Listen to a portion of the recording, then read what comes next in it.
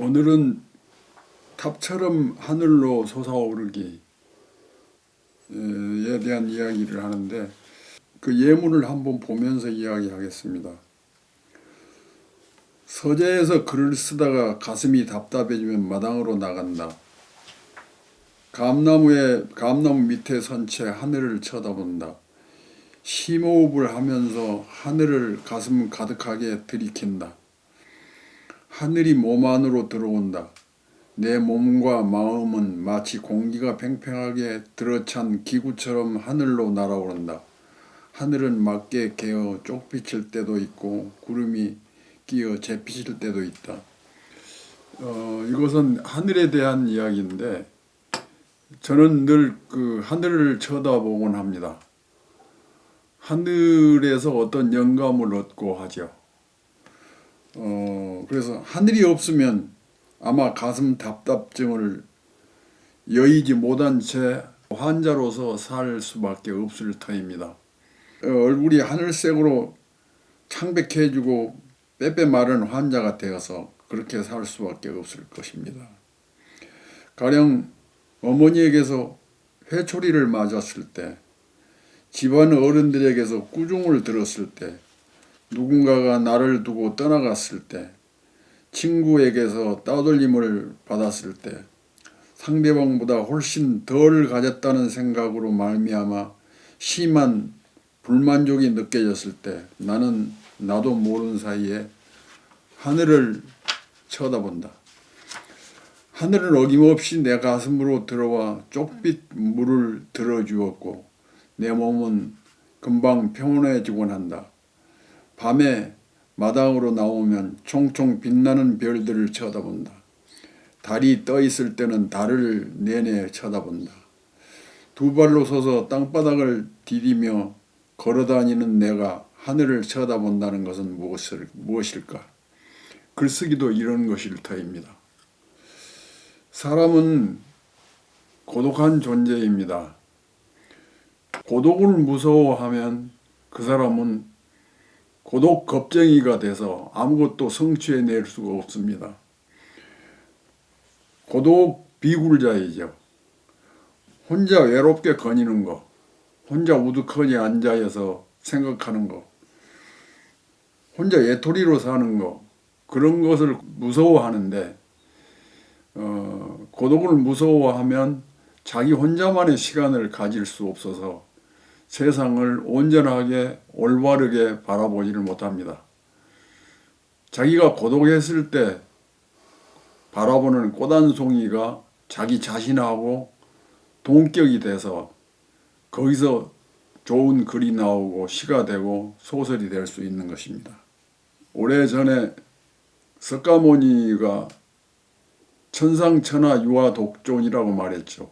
하늘 위에는 신이 있고 하늘 안에는 악마가 있는데 하늘 위 하늘 아래에서 나 혼자 우뚝 서 있다.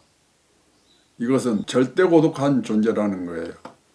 절대 고독이라는 것은 뭐냐 하면 누가 대신 나 대신에 죽어줄 수도 없고 나 대신에 아파줄 수도 없고 나 대신에 슬퍼할 수도 없고 모든 슬픔이나 아픔을 나 혼자 짊어져야 한다는 것이 절대 고독입니다. 절대 고독 앞에 내가 섰을 때 그때 바라보는 별 하나, 꽃 한 송이, 기어가는 벌레, 그것들 속에 내 고독이 투영되면서 그것이 시가 될 수도 있고 소설이 될 수도 있는 것입니다. 글을 쓰는 사람은 절대 고독, 자기 고독을 무서워할 줄 모르고 그 고독을 즐기고 그 고독을 이겨낼 수 있는 그 힘을 가져야 합니다. 제가 이런 글을 쓴 적이 있습니다.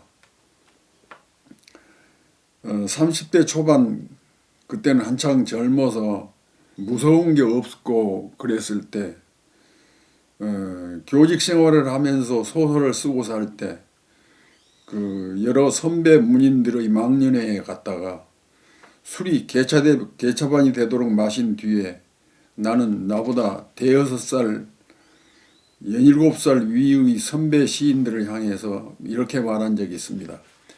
당신들처럼 시를 쓰려면 나는 발가락에다가 볼펜을 찔러가지고 하룻밤에 100편도 더 쓸 수 있어요. 그런데 그들은 껄껄 웃기만 하고 나를 몰매 때리려 하지 않았습니다. 내가 귀여워서인지 나의 객기가 가엾어서인지 모르겠습니다. 나는 그 치기 어린 순간의 일을 첫 시집의 서문에 사죄하듯이 썼습니다. 내가 쉬운 2살 되던 해에 문학과 지성사에서 첫 시집 열의 일기를 냈을 때 해설을 써준 김주연 선생이 말했습니다. 내가 그럴 줄 알았어. 한승우의 소설에는 시가 떠다지고 있어. 문학과 지성사에서는 32여 년 동안 내가 소설가로서 얻은 명성으로 인하여 그 시집을 내준 것은 아니었을 것입니다. 나는 어린 시절부터 시를 써왔는데 소설가로 먼저 등단했으므로 소설가로 활동을 했을 뿐입니다. 소설을 쓰는 동안 나는 시 쓰는 일을 참곤 했습니다. 소설 쓰기라는 서사의 세력지로 영양분이 쏠리기 때문에 서정성의 시의 가지로는 영양분이 올라가지 못하므로 꽃이 피지 못하였을 뿐입니다. 그러나 땅에 박힌 지 100년 뒤에도 움이 트는 성정을 가진 내 시의 씨앗은 늘 몸을 웅크린 채 기회가 오기를 기다리고 있었습니다. 그런데 절망이 죽음이 앞을 가로막았을 때 나의 시는 우물 텄습니다. 그래서 시가 터져 나온 것이죠. 시 쓸 때 시어를 하나하나 가지고 며칠 고심을 합니다. 시어 하나를. 돌담을 쌓은 적이 있는데 돌 하나를 놓을 때마다 그 돌은 밑에 놓인 돌과 양옆에 놓인 돌과 위에 놓인 돌들이 어떻게 아기가 맞아야 하는가를 생각하면서 돌담을 쌓습니다. 그렇듯이 시어 하나하나를 이렇게 돌담 쌓듯이 써나간 것이 나의 시입니다. 나는 시를 여기로 쓰지 않습니다. 남은 기술로 쓰지 않습니다.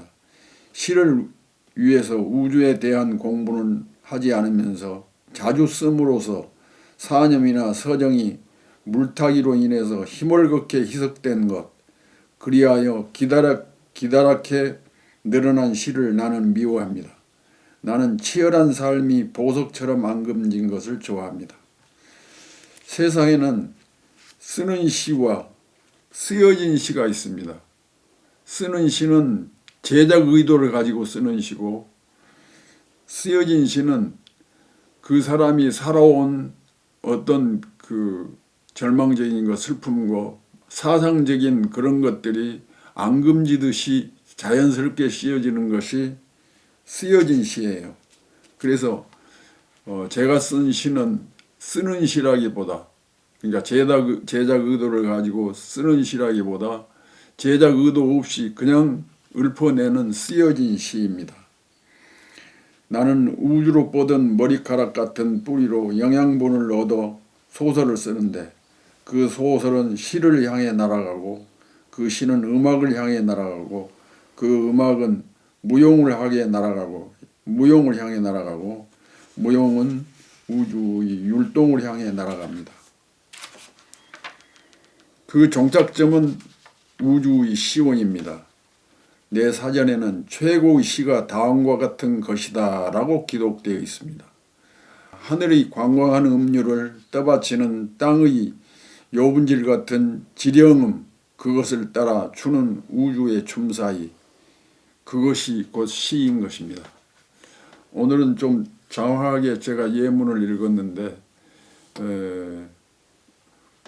저는 그 절대고독을 하늘을 쳐다보듯이 시를 씁니다.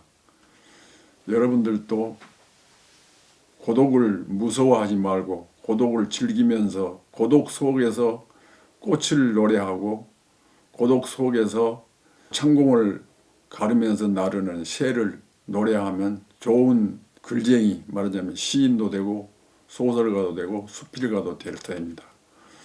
오늘은 여기까지 이야기하겠습니다. 감사합니다. 한승원 선생님의 강해는 매주 1회에서 2회 업로드합니다. 교재는 한승원 글쓰기 비법 108가지입니다.